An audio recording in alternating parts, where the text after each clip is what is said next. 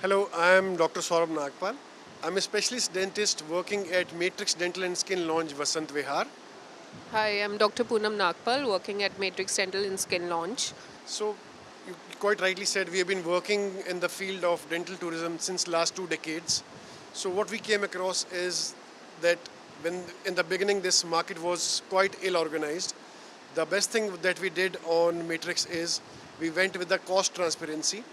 Earlier, it used to be an ill-organized sector. Now, patients earlier used to feel that cost of the dental treatment is exorbitant. Owing to that, they used to delay the dental treatments. Now, with the advent of different other options, we have brought different treatment plannings for different stratas. Hence, therefore, we can offer different cost to different treatment plans.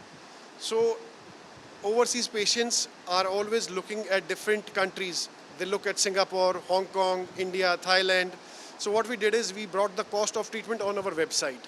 All the cost treatments were clearly mentioned on the website. We as customers normally go to Amazon, Flipkart and different e-commerce portals. So first thing what we see is what is the cost of this, what we are buying. And then we compare it on various portals and then we come on a conclusion that this is what we want to buy. So what we did is brought the cost on the website. Henceforth, patients were able to decide that this is the treatment cost effectively coming out in India, and this is the treatment cost that we are getting in Thailand, and this is in Singapore, and this is in Hong Kong. Henceforth, what we saw is with the transparency and along with the advent of tourism in India, patients were inclined towards visiting India. Obviously, the cost of rupee is one lucrative factor for them. So that made treatment a joyful mode for them. They used to come, they used to visit Jaipur, come back to us, get some treatment done, then go back to Goa, then get some treatment done, then go to again Agra. So we developed all those modalities in which we were able to give them scope to travel as well and get their dental treatment as well. Also, with the newer techniques like the scanner and the chairside crown, we were able to deliver the treatments and the crowns in terms of prosthetic treatments. We were able to deliver it in a very short duration of time. So I guess that's also contributed a lot to attract the patients from outside the country. And yes, I think first and the most significant point is the cost transparency. And also, it's not in terms of only the patients who are visiting from outside the country. It is transparent. Be it a patient from India, Delhi, be it a patient from maybe America or Europe, England, anywhere, the cost structure is same for all. Does diet somewhere play a role in our oral health? Yes, absolutely. Diet play a major role. Sticky food is always the major culprit for the cavities to develop. Any sticky food eaten will get stuck on the top of tooth structure or maybe in between teeth, and then it starts roughening the structure, and therefore what will happen is the cavities will start. These cavities keeps on deepening and further food lodgement will keep on happening, thereby leading to a deep decay. That deep decay initially is giving sensitivity and then onwards leads to a situation where a root canal treatment may be required. So the sticky food is the worst culprit here. Apart from that, not brushing at night is also one of the major reason for the cavities to develop. Specifically, the highly refined diet these days, chips, popcorns, kurkures, sticky foods, that includes chocolates. All these things are the major culprits which get stuck in the teeth, on the fissures on the top surface, and in between, which leads to cavities. I guess I'll put one more point into it, that we offer conservative means to the treatment.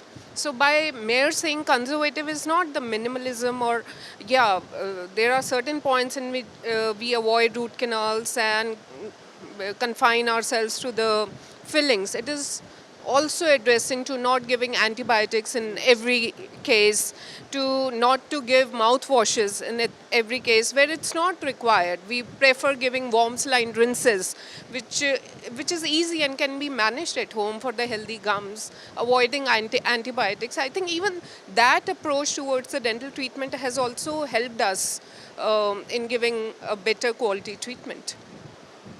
About mouthwash thing, I want to refer a very specific incident. So Eric Jambert, he's from France. He's the head of Colgate Palmolive.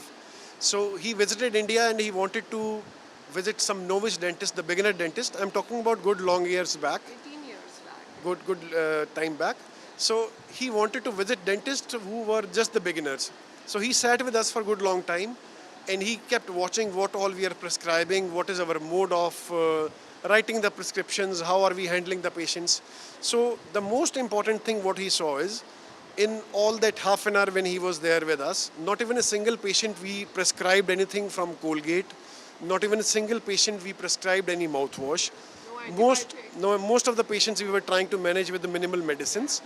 And he was startled that people like you, these pharmas, will not be able to survive. So there was one peculiar notification what he came across. Most of the patients we were advising warm saline rinses, warm water, a pinch of salt in that, do rinses. That helps in very good healing of the gum health. So that was a day where we were very firm since then. Until date, we are now firm that these chemicals are of minimal intervention. Only when it's really required. So there have been instances where we prescribed patient medicine for 7 days and later we came to know he never took the medicine for 7 days and still patient was fine. So That's though out of the experience. that out of experience what we have calculated now is the medicines when given lesser is also a means to tackle patient. Is there any new age disease in our children's in regarding the oral health? Can you brief me about it?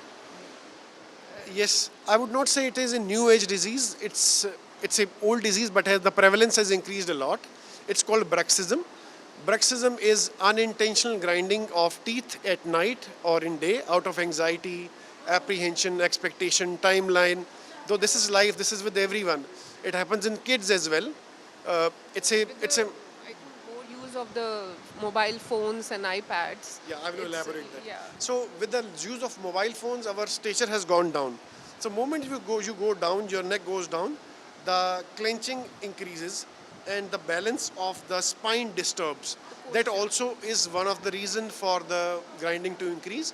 So bruxism is unintentional grinding of teeth, and because of that, you end up having small teeth.